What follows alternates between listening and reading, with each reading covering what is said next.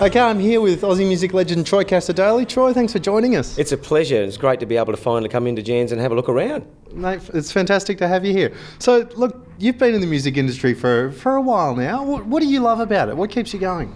Look, I think it's the fact that, I think if you really want to live life, you've got to keep learning. And I reckon every project that I've done, I've managed to learn good things on the way through. Even the last project that I just recorded, I just came home with so many neat ideas about recording and mic placement and just things that I never thought I'd ever pick up. But if you've got your ears open all the time, I think there's every chance you're going to pick some more good things up. And I think I'll continue to do that. In terms of your music, telling the story is pretty important, yeah? How do you reckon vocal production in, I guess, a live situation plays on that? Look, I think it's a very, very important and very easily overlooked thing. A lot of people say to me, oh, when we hear your voice live, you sound just like your records. I think it's a big thrill for me my sound man, Mike Chandler, he listens to the records closely and tries to emulate what we record live.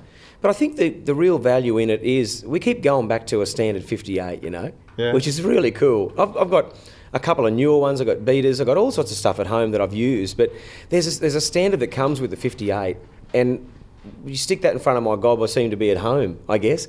And the reason being, years and years ago, we'd show up to, any sort of outdoor festival.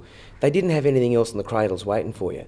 Yeah. So, you knew that was going to be the thing that you get the best out of every time. And, we changed the condensers for the live DVD, but this one round, even on our road to tonight at Soundcheck, we're going to have a 58 near my mouth, and that's pretty well our story, and we're sticking to it.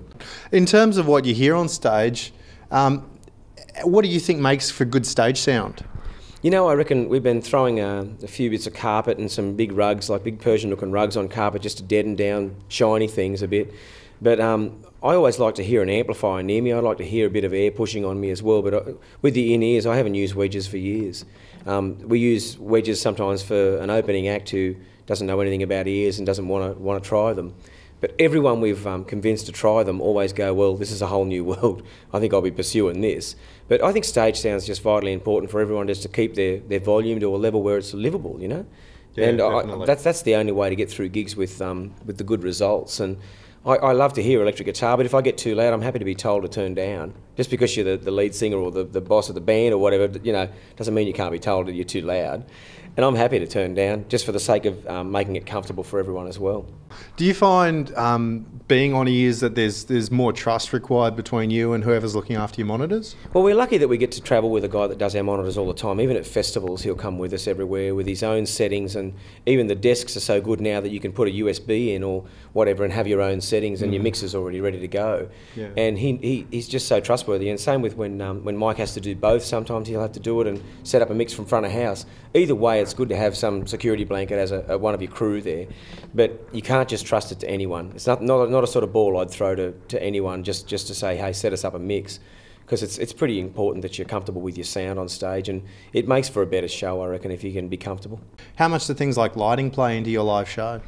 Look, lighting's just as important as sound at sometimes. When you look at the way you light a stage, you want people to feel like they're a part of the show, and they're watching something that they're going to be remembering for a while. And also the video footage we started adding in the last few years as well has been really crucial to setting up the songs. Every song, like you say, have stories that you can actually tell a little bit more of them, give them a little bit more dimension with some scenery. So we've been doing projectors and stuff for a while as well, and that really opens it up to a different show. People come away feeling like they've been almost in your lounge room when you show some of the things you show. Whether it's things about your family, it's a pretty personal thing, but I think it opens up their eyes. It lets them go home feeling like they've been in an actual experience, and that's our gig really. What do you listen to when you're at home and you want to relax and chill out and watch a DVD? Well, there's this great James Taylor live record that I really, really enjoyed, and I never was much into James Taylor until a few years ago with people around me that listened to him a lot. There's a John Mayer one that I really like to watch as well. It's him and that three-piece band, and then it goes to the bigger band. That's pretty cool. Yeah. Good for tones. I'm not a huge John Mayer fan for his voice, but he's playing. His voice gets a bit soft for me. I like direct singers, like that get in there and sing right into that bloody mic, But he gets a bit whimsical when he's hanging around the mic, but his guitar tone is beautiful. Yeah. So I love watching that. So, look, I mean, obviously, relaxing is pretty important. How much of the year do you spend touring? Look, not as much as I used to. When we started, my little fellow was quite young, and it made me realise how much time I did miss out with him in that first 6 to 8 months of his life. But I mean, not that he remembers it, he doesn't have a hang-up about it or anything, but I felt like I looked back and looked at all those DVDs of him and my wife, and they were saying, so where's Daddy tonight? Oh, he's in Karratha, you know, or he's in Tasmania, wherever, or he's in the States recording a record or something, and I look back and I think that I can actually look back and judge how much time I need to be away just by seeing the lack of time I had with them when they were tiny. And we can do 10, 12, 13 days away, but that's about my limit. I need to get home after that and get to see them and see my wife. And the only way to make a career work is to make your relationship, I reckon, work first, and then everything else falls into line behind that. How do you maintain your enthusiasm when you are out on the road? Oh, mate, I always take a guitar into the room with me. Yeah. I take a little Pro Tools rig with me when I'm on the road, and I muck around with demos and try different Shure mics that I've got, and I put them in front of different things and different angles, and you can't not be enthusiastic if you're doing that sort of stuff. And I think that if you, like I say, continue to want to learn about stuff, I even learned about different mic placings on acoustic and vocal demos when I was in the States, and I came home just so enthusiastic. I had 2 days off last week, and that's all I did was, after Laurel got back from work, I sat there in the morning just working out what acoustic sounded good with what mic. It's great fun. Oh, awesome. Now, talking mics, you've just sort of recently started using the KSM 313. Yeah. What do you reckon? Oh, well, I was a bit of a dummy. I've never worked with a ribbon mic before, and when I realised that they were available, I thought, well, I've got to try this, because apparently the design is a lot more robust than normal ribbon mics as well. So they're an industrial... That's a good start. Yeah, well, you know, I've heard of people saying, oh, they're pretty finicky things, and that's what scared me off, the ribbon thing. The valves are the same. I mean, valve mics are always going to be a bit of a headache if they're travelling. But in a studio situation, I thought, well, I need to try something different, especially on my electric guitar. I wanted to see what this ribbon mic would sound like, pointed at different places on my speaker box. So I tried that, and it was just devastating. Then I did more reading about the 313, and it said, oh, turn it around, you can actually use it for acoustic guitar. And I went, oh, right, here we go. So I turned it around and did a few little bits and pieces, and I went, well, that's pretty spectacular too. So I ended up doing some demos, and I sent some to some friends here, and it was really quick. I mean, just a matter of just saying, okay, look, I sing like this, and I've just turned this mic around and just jammed a little demo thing down. And it was very surprising. And in fact, I carried in my computer bag with me. I don't know what they think at the airport X-ray machine, but it's a heavy little metal object. They say the one time in America they had to pull it out and have a look at it, and I said, yeah, that's my microphone, and my microphone, you know, like it's a personal mic. But it covers a lot of things. Any hilarious or amusing stories, tales from the road? Oh, you know, hilarious things. There's a lot of great things. I probably couldn't even mention anything on here because it's probably a family show, but depends on how deep you want to go. We've had a lot of great fun experiences. From me, I went through this phase of wearing jackets once, and this old lady kept singing out, "That's a great jacket." And I got to the end of the night, and it's gone. Oh, no. So she's stolen the jacket, and she's downstairs on the phone ringing a cab in my jacket. And my guitar player goes, "Mate, I know where your jacket is. It's on that lady's back downstairs." What do you think makes a great song? I reckon you've got to have a great story. And it's not just about the length of the song, making it into some big story. You just got to have something good to hang your hat on. If it starts out with a shitty idea, it's going to be a shitty song. Regardless, you can't polish a turd like that. Yeah, true. That's the honest truth. Yeah, no, I reckon that's a pretty fair call. Mate, I noticed you've got your guitar here.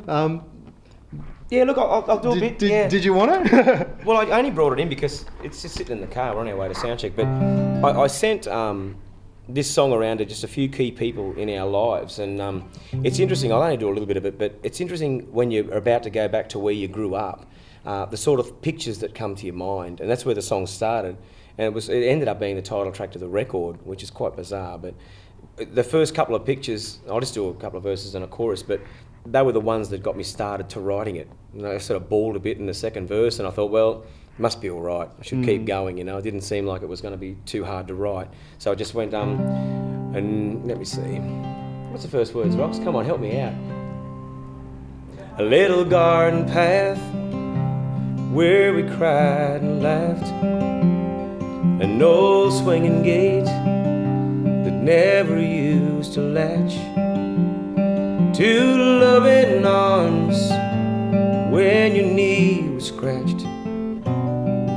Home, we had a a big backyard.